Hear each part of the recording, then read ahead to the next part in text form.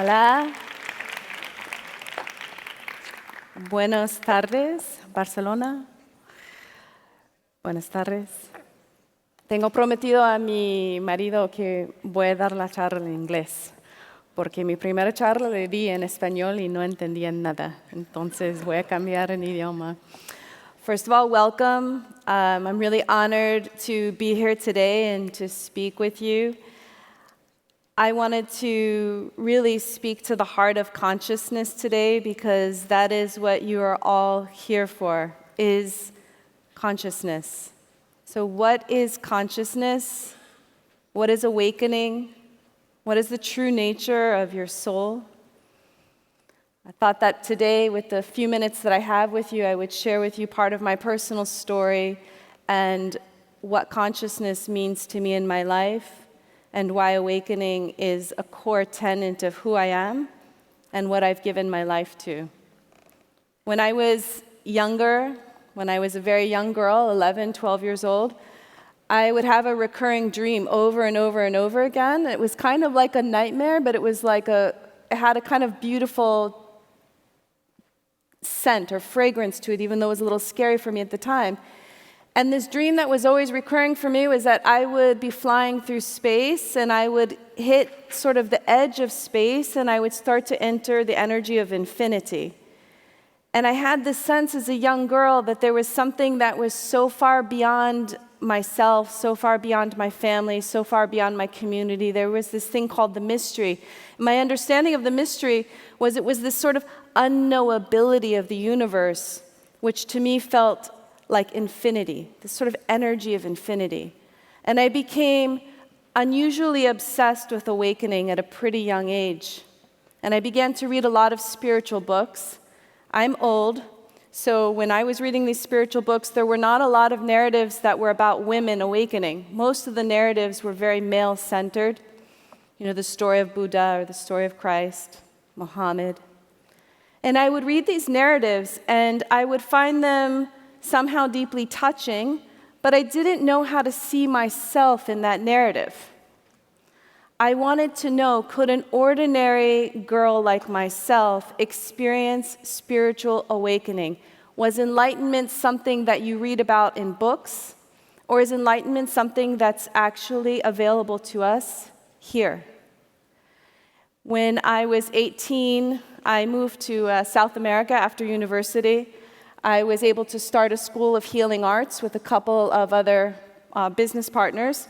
And so I lived for most of my early 20s and mid-20s in South America in this environment where we were bringing a lot of spiritual teachers and a lot of healers to South America to teach. It's a school that's called the Oasis Institute. It still exists today in Argentina. So I had these opportunities to kind of study with some of the best teachers in the world and also take quite a few spiritual pilgrimages. For me, a spiritual pilgrimage was a very serious thing. I wanted to do the path the way that I had read. I wanted to sit in a cave and meditate for 10 hours a day for a month at a time. I wanted to be in silence. Silent retreats were a very important part of my early searching. I would spend at least 4 weeks a year in complete silence and retreats. I traveled to India and followed gurus. I would follow and study with any guru who seemed even vaguely awake.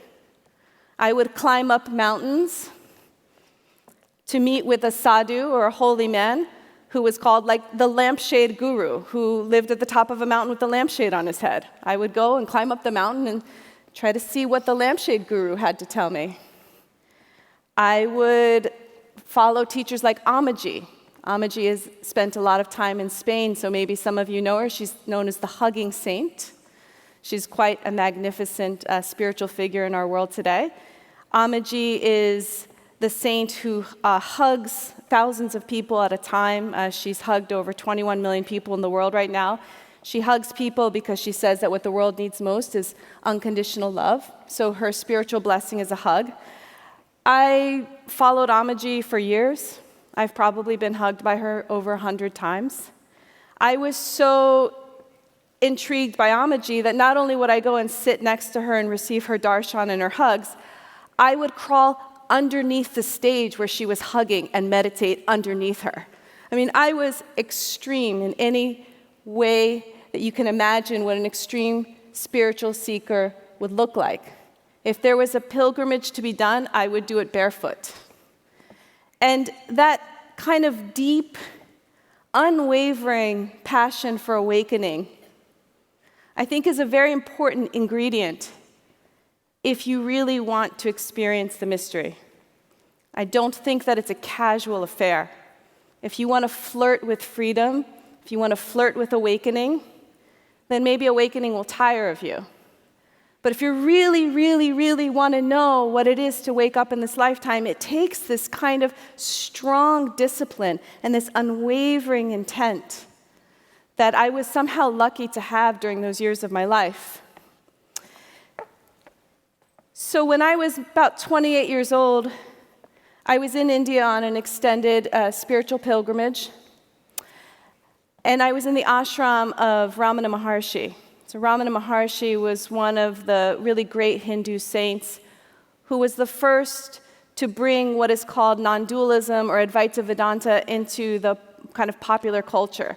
So if you know anything about Hinduism, the holy scriptures are called the Vedas, and the Vedic scriptures were commonly taught in India, but the very last part of the Vedic scriptures were not publicly ever taught, and that's because the last part of the scriptures were the part where they said, you are not separate from God, you are not separate from anything. They're the part of the scriptures that really offer the transmission of non-dualism, also known as Advaita Vedanta.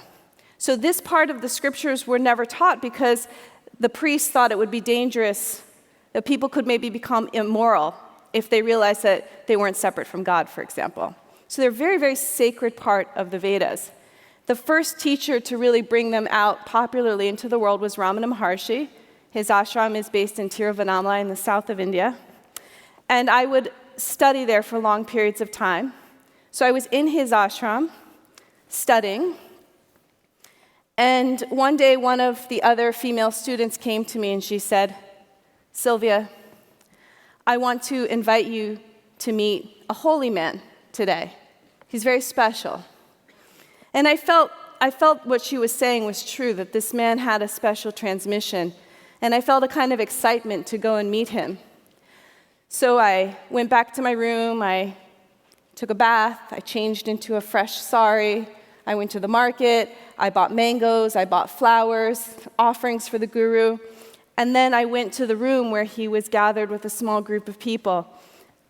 I walked into the room, and he motioned to me to sit in front of him. It was as if he had been waiting for me to arrive. I offered him the fruit and the flowers. He accepted them. And then he got very, very, very quiet, and he looked me directly in the eyes. And he asked me one question. He said, "What are you here for? What are you here for?"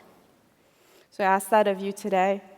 You've taken your Saturday, first day of vacation here in Spain. You've taken your day to come to the Festival of Consciousness. What are you really here for? And my answer to him was to wake up. To wake up. Which is perhaps the only answer that any of us can actually really give to that question. To wake up as deeply as I can in this lifetime and to be in service to other people's awakening. That moment changed my life. This man had a tremendous amount of spiritual presence, and in that spiritual presence, I felt myself dissolve in what you would consider a very traditional sort of enlightenment experience. Everything kind of turning into light. And I felt this sort of magnificence of this human creation called life. And I felt no separation from the divine at all.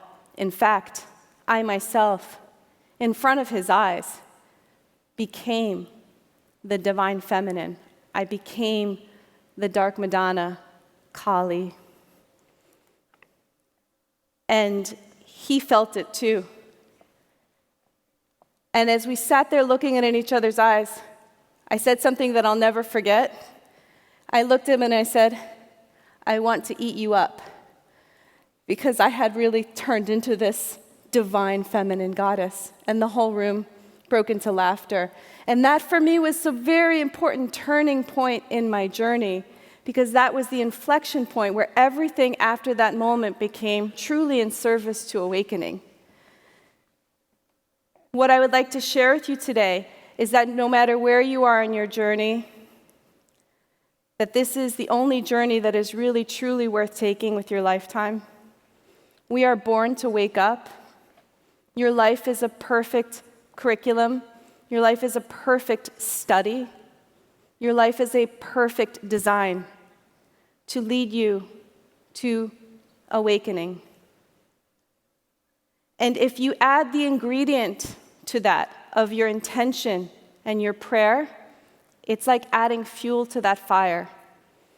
And if my life is any encouragement to you, I'm happy to offer it as such. I personally cannot have imagined living this lifetime without having touched into my soul so deeply. A lot of times when I speak publicly, people do ask me to speak about psychedelics quite a bit. Over the years, I became a trained shaman, and I do work with plant medicine. So it's ayahuasca, mushrooms, MDMA. A lot of these plant medicines are having a renaissance in our culture at this time. There's a lot of press and a lot of media, and you're going to begin to see that there are a lot of opportunities for us to begin to work with these breakthrough technologies. So what I would like to leave you with today is that if you decide that psychedelics will be a part of your personal journey, my belief is that the psychedelic renaissance is happening because the plants themselves, with their own intelligence and their own compass, are coming to the forefront to begin to collaborate with us in this journey of awakening. That there's a quickening, there's an intensification in this time. The stakes are higher, there's a lot more suffering in the world than there ever has been, and so the importance of the human awakening is so critical. So the psychedelic renaissance is truly helping to give more power and more force to that process of awakening. My understanding is that there's basically 3 reasons why we are using psychedelics as part of the journey of becoming conscious right now.